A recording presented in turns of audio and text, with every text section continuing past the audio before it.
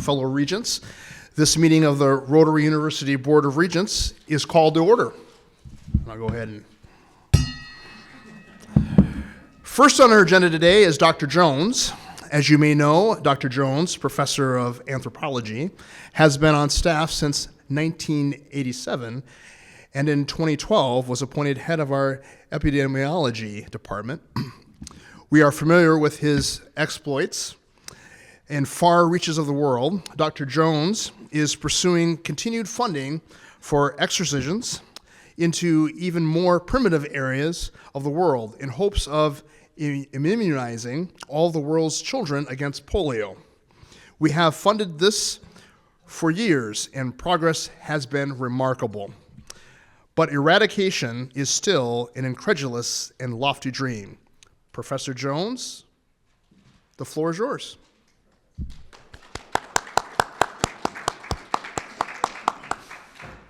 Thank you so much. I'd like to thank the Board of Regents for your kind attention, and special thanks to President Dwight for having me and allowing me this opportunity to address the need to renew this institution's award and commitment for this non-educational imperative, which is the complete eradication of polio.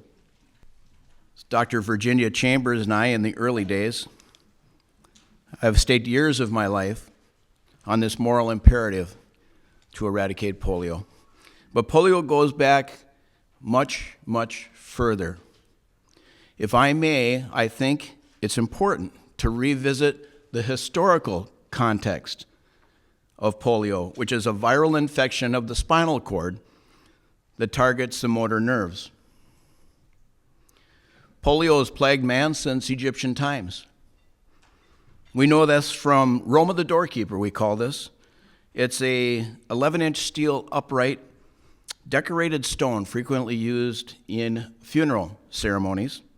Ancient Egyptian art tends to be very formulaic. Grid patterns were used to ensure that dimensions remained consistent. And even when scale was exaggerated, this steel is then rather unusual in its depiction of a man with a withered leg, which is a clear deformity and characteristic of polio.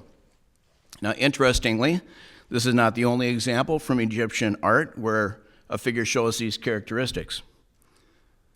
A painting from the tomb of Usarat in references to the condition causing abnormalities in the body of King Siptah of Dynasty 19 all point towards polio. Siptah was only a child of 10 or 11 years old when he assumed power. A medical examination of his mummy reveals that the king was about 16 years old at the time of his death. 1.6 meters tall, had curly reddish-brown hair, and he had a pronounced deformed left foot, likely the result of poliomyelitis.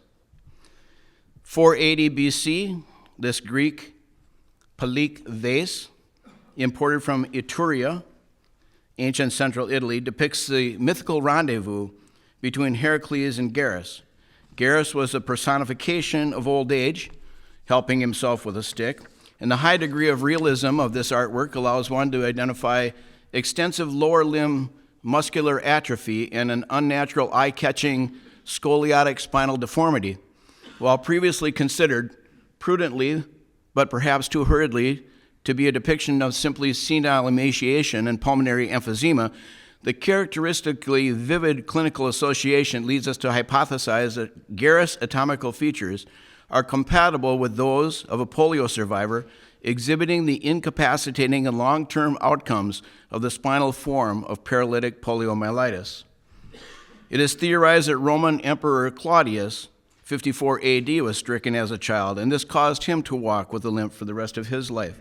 Perhaps the earliest recorded case of poliomyelitis is that of Sir Walter Scott. In 1773, Scott is said to have developed, quote, a severe teething fever, which deprived him of the power of his right leg, end quote. At the time, polio was not really known to medicine.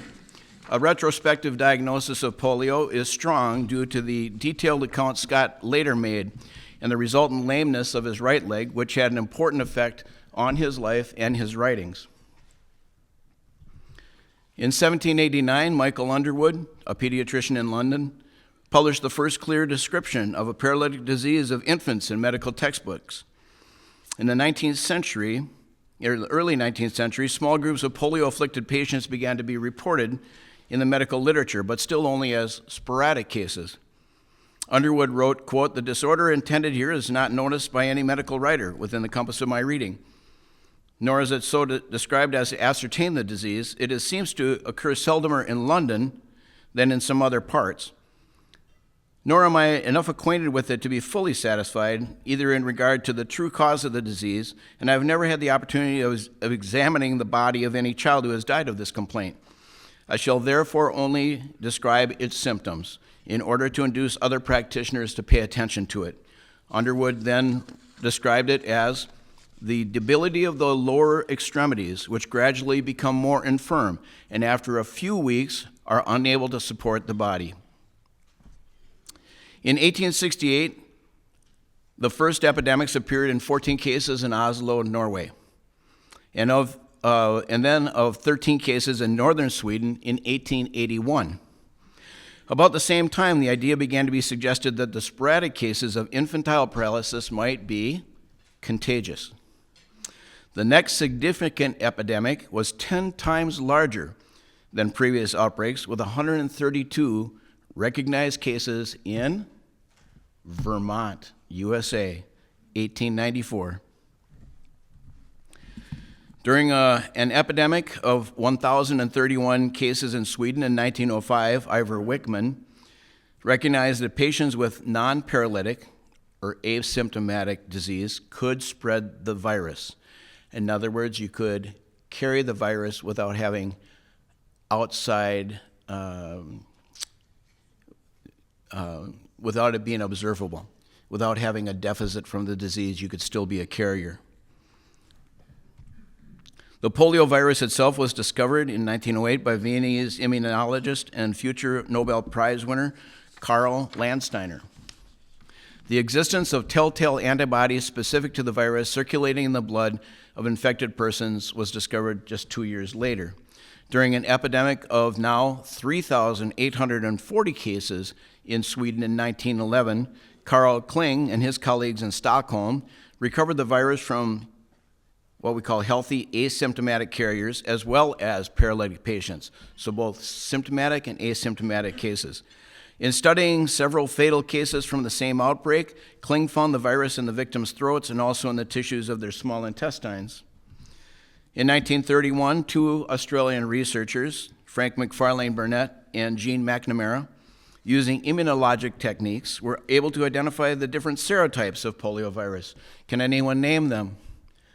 The 3 different serotypes: type 1, type 2, type 3.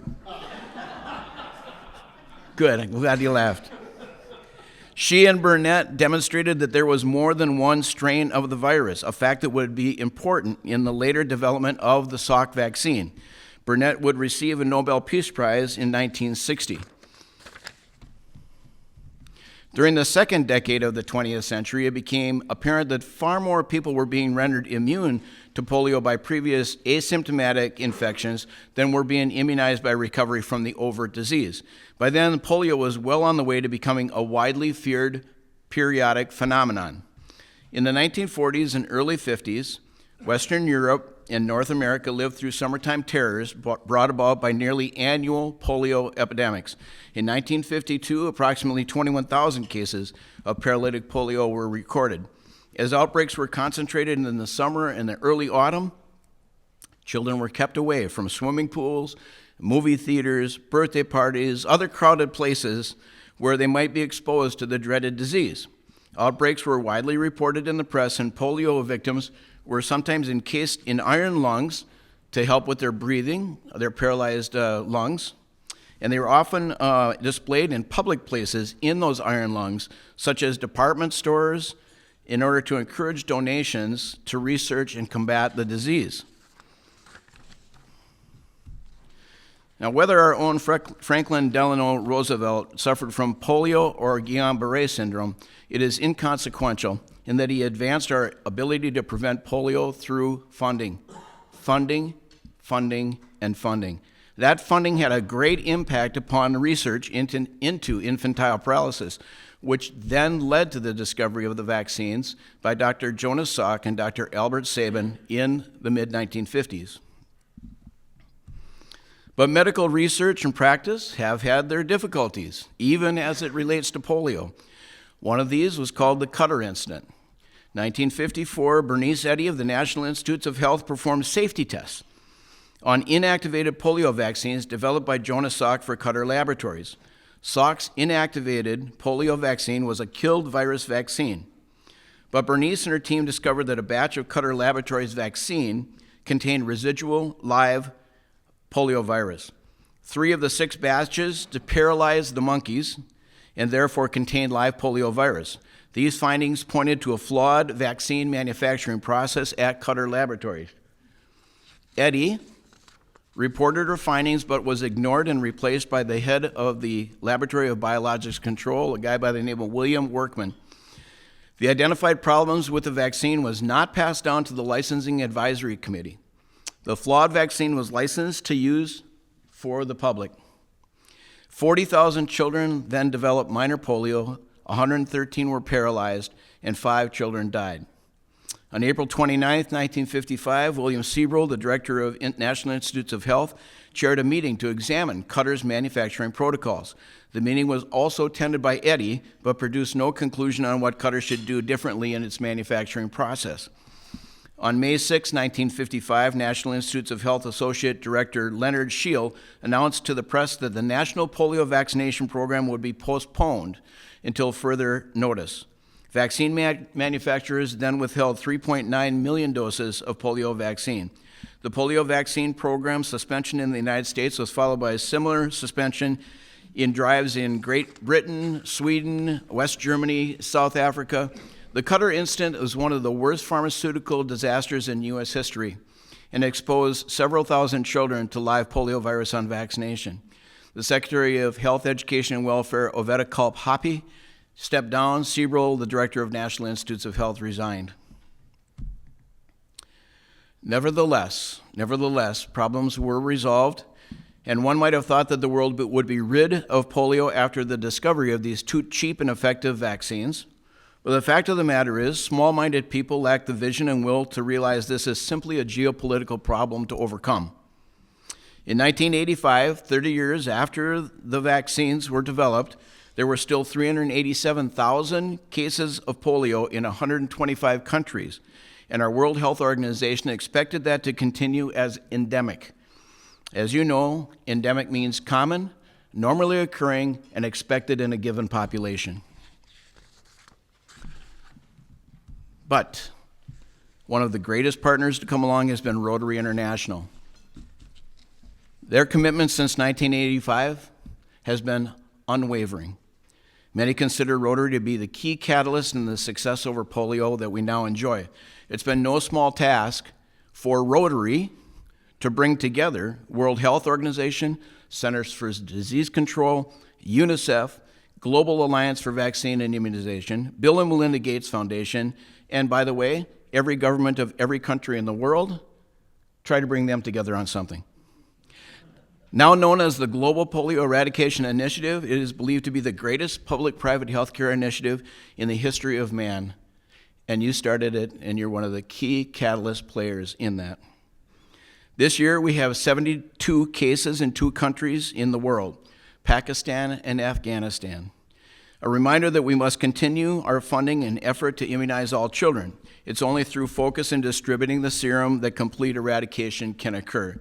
Yes, you heard right, 72 cases as of this date, this year.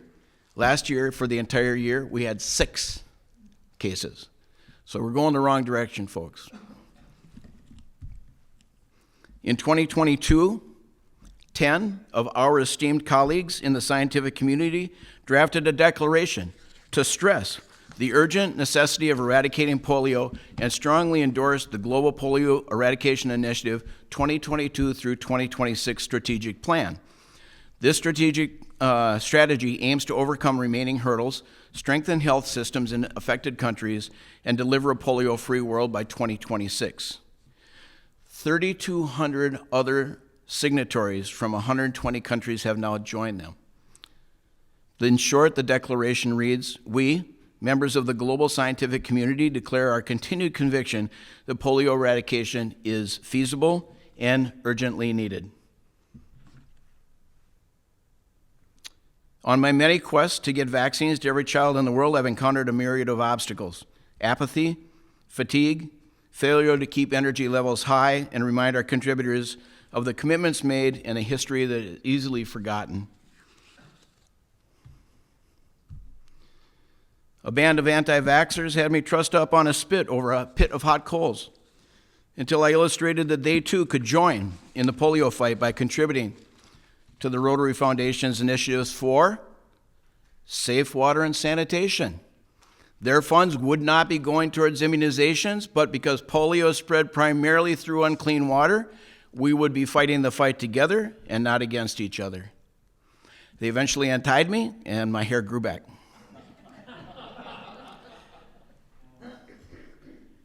The Taliban's distrust of the West kept us from millions of children until they came to power a few years ago in Afghanistan. Not that that's a great thing, but one of the consequences is that they are now managing their own vaccination campaigns, reaching millions of children that we have previously had no access to. To show you how volatile the information is, it comes out on 9/16 of this year. The LA Times reported that the program had been suspended. The following day, on 9/17, Radio Free Europe interviewed the head of the Ministry of Health for Afghanistan and said that was not true. That's how volatile the information is. Remember this slide? COVID was a major interruption in polio vaccination campaigns and drained away resources that we needed for polio vaccinations. That's a little bit of a setback for us. Might be responsible for it. Most insidious are passive aggressives concealing themselves even as friends within Rotary, but really scheming to advance their own initiatives and positioning to be Rotary's next major initiative. Oh my God, who wouldn't want to be Rotary's next major initiative? Look what we've done. If you're keeping track of the numbers, we've taken polio from 387,000 cases in 125 countries down to 72 cases this year in 2 countries. Who wouldn't want to be a part of that success? Who wouldn't want to be a part of that organization? Who wouldn't want to be the major initiative and focus of that organization of Rotary? However, the distraction weakens the resolve, and without eradication of polio, the next commitment that Rotary makes loses its integrity, because this, ladies and gentlemen, was a promise that we made to the world. How will we garner partners for the next commitment without fulfilling a commitment we already made? I have had to overcome myths such as you're here to sterilize our children.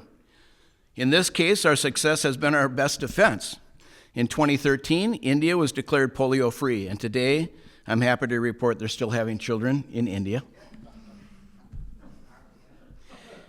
This is not the same old story. Despite oral polio vaccine's incomparable ability to stop the spread of wild polio, we have had a rare problem with oral polio vaccine mutating into a more virulent form. We call these variant polio. The issue is that it is genetically unstable. However, we have a novel oral polio vaccine which is now 50 to 100 times more stable than the original. In March 2021, the World Health Organization made this vaccine available against type 2 available for emergency use, so type 2 polio variant. Since then, it has been used more than 650 million times since then. And now in the journal Nature, the research have detailed the creation of stable vaccines for polio types 1 and 3. These represent the first new polio vaccine in 50 years. And in fact, we are seeing the cases of variant polio drop like a rock in the last few years. So I've survived with a lot of luck and my belief in a polio-free world and your support. Now is not the time to move to the next thing or leave remaining work to others. This will be of great benefit to the world and to this institution, Rotary.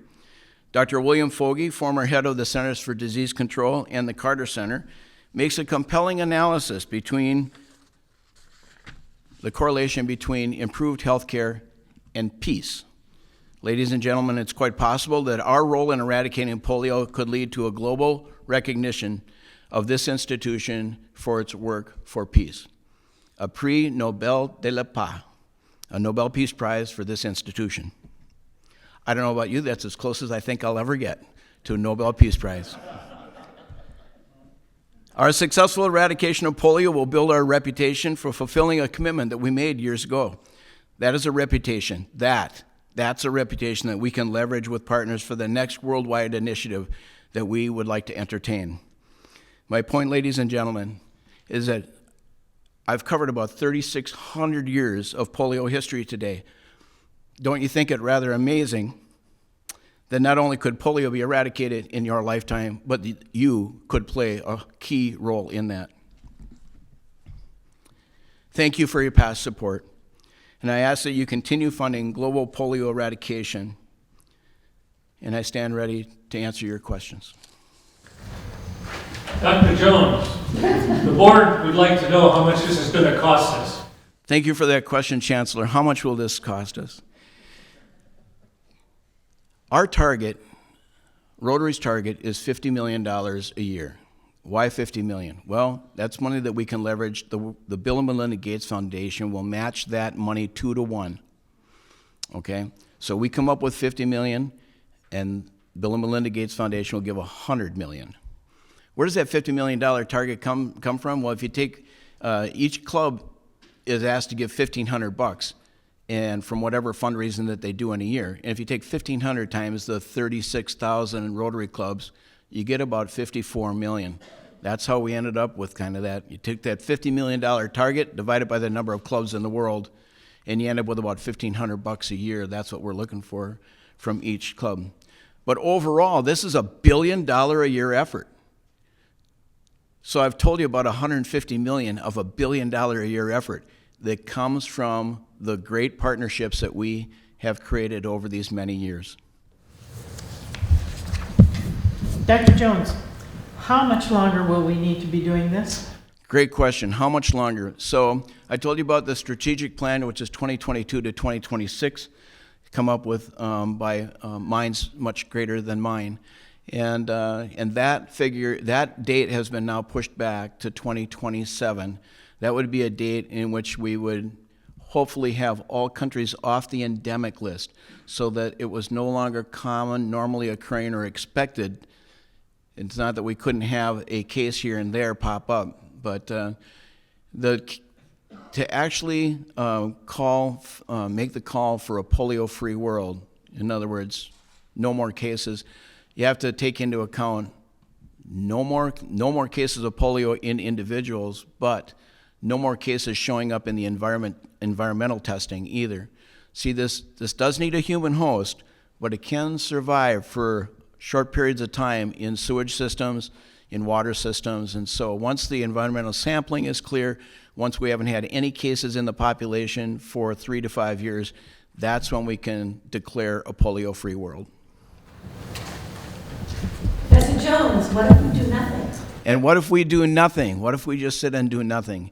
It would be sort of like, well, this is sort of like good enough and it's probably going to happen without us, kind of like that flavor. And the best estimates are that we just simply have to keep the energy up and get every last case done and just stay on this. The progress is phenomenal that has occurred even within the last 10 years since Tim Mulcrone was the polio chair for the Rotary District in the last 12 years. He would go around and say, 12 years ago, he would say, let's stop the pain. And that was an acronym that stood for let's stop polio in Pakistan, Afghanistan, India, and Nigeria. Can't use it anymore because Nigeria and India are now polio free. Isn't that amazing? Things change rapidly. If we just try to do nothing, I'm afraid that we are going to continue with the numbers going the wrong way. 6 cases in the world last year in 2 countries. Now I'm at 72 cases for this year, still in 2 countries. And we just simply have to double up our efforts. I don't care what it is that you try to do in your lives. how about cleaning that drawer that's by the back door? Isn't the last part the hardest? Cleaning the garage, isn't it the last part that's the hardest? It goes really, really well. And then it's just that last few things seem to take the longest. And I think that that is how it is going to be as we need to double down on our efforts to eradicate polio. Thank you. Yes, ma'am. I never thought I would say anything good about the Taliban. Can we trust that that's the truth? I believe that we can trust that that is the truth. And I remember being confined in my backyard in the 50s and playing by myself. We know so much more than we did then, but now with the knowledge that we have, we can do the same with polio as the world did with smallpox. You know, that was the first disease that we successfully eradicated from the human population, and polio could be the next one. And it would be quite a triumph, and it would build a lot of energy for the next thing that we wanted to do as all together, all of humanity getting together on something. That would just be great. Thank you very much.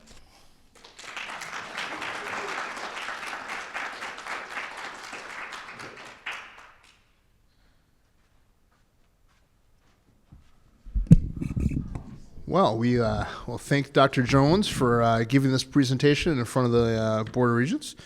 So I guess the only thing left for us to do is decide what we're going to do with this message that we've received today. And so we'll have to have that conversation in our other meetings and those types of things, but we certainly will have a response. Thank you, everybody, for joining this Board of Regents meeting.